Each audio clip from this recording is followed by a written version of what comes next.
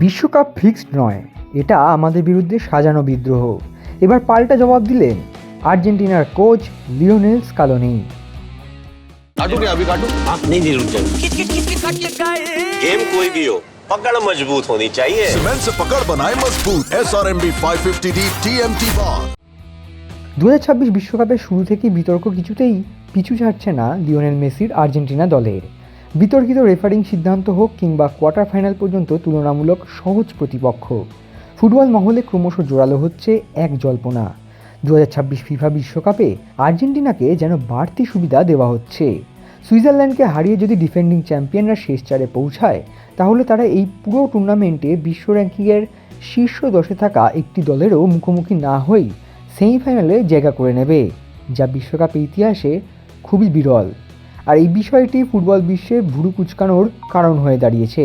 Pre quarter ফাইনালে আর্জেন্টিনার নাটকীয় প্রত্যাবর্তনের পর এই বিতর্ক আরও তীব্র আকার নেয়, যেখানে 2-0 গোলে এগিয়ে থাকা মিশরের বিরুদ্ধে 3-2 ব্যবধানে জয় হাসিল করে নেয় আর্জেন্টিনা। ম্যাচ শেষে মিশর শিবির থেকে অভিযোগ ওঠে যে টুর্নামেন্টে আর্জেন্টিনার পক্ষে ফিক্সড করা হয়েছে। আর এই অভিযোগ এখন এক বৃহত্তর বিতর্কে রূপ নিয়েছে, যেখানে প্রশ্ন উঠছে ফিফা কি সূচি এবং মাঠের সিদ্ধান্ত দুই ক্ষেত্রেই নীরবে ডিফেন্ডিং চ্যাম্পিয়নদের দিকে পাল্লা হেলিয়ে দিচ্ছে। নীরবতা ভাঙলেন লিওনেল স্কালোনি। শনিবার সুইজারল্যান্ডের বিপক্ষে কোয়ার্টার ফাইনালের গুরুত্বপূর্ণ ম্যাচের আগে আর্জেন্টিনার হেড কোচ লিওনেল স্কালোনি অবশেষে এই তীব্র সমালোচনার জবাব দিলেন। বিষয়টিকে সরাসরি উড়িয়ে না দিয়ে তিনি জানিয়েছেন যে দলের চারপাশে তৈরি হওয়া এই কোলাহল খেলোয়াড়দের মধ্যেও পৌঁছে গিয়েছে। তবে তার দাবি বিষয়টিকে তার দলে উল্টে নিজেদের পক্ষে কাজে লাগাতে পারবে। স্কালোনি এই সমালোচনাকে এক ধরনের পরিকল্পিত প্রতিরোধ বলে বর্ণনা করেছেন। যারা চান না আর্জেন্টিনা পরপর 2বার বিশ্বকাপ জিতুক, তারাই এমন কথা বলছেন বলে তার দাবি। তিনি বলেছেন, ব্যাপারটা হলো 2022 বিশ্বকাপ আমরা জিতেছি বলেই হয়তো এবার আরও বেশি মানুষ চাইছে না আমরা জিতি। আর হ্যাঁ, আমরা সেটা মাথায় রাখি।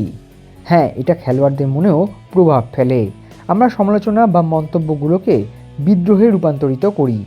এই বিদ্রোহ তৈরি করি যাতে খেলোয়াড়রা আরও ভালো খেলতে পারে। আর্জেন্টাইন কোচ আরও উল্লেখ করেন যে তার দলের প্রতি পক্ষপাতিত্বের অভিযোগ নতুন কিছু নয়। তিনি এই ধারণার বিষয়ে বলতে গিয়ে 4 দশক পিছনে ফিরে যান।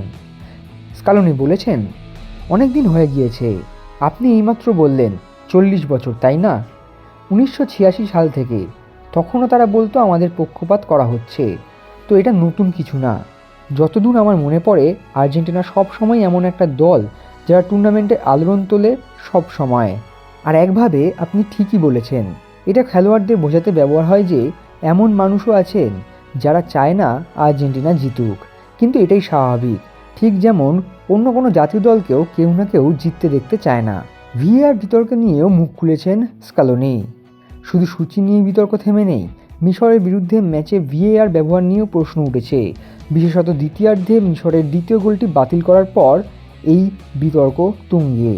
জানা যায় যে ফাউলের কারণে গোলটি বাতিল হয় তা গোল হওয়ার প্রায় 10 সেকেন্ডেরও বেশি সময় আগে ঘটেছিল।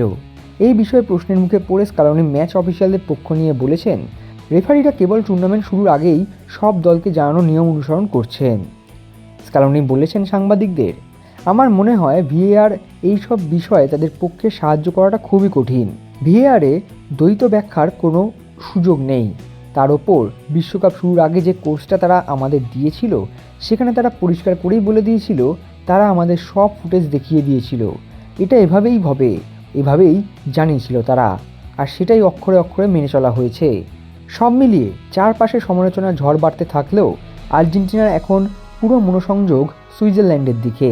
সমালোচকদের চুপ করানোর একমাত্র উপায় খুঁজে নিতে সেমিফাইনালে জায়গা করে নেওয়াই একমাত্র তাদের লক্ষ্য। Extra time.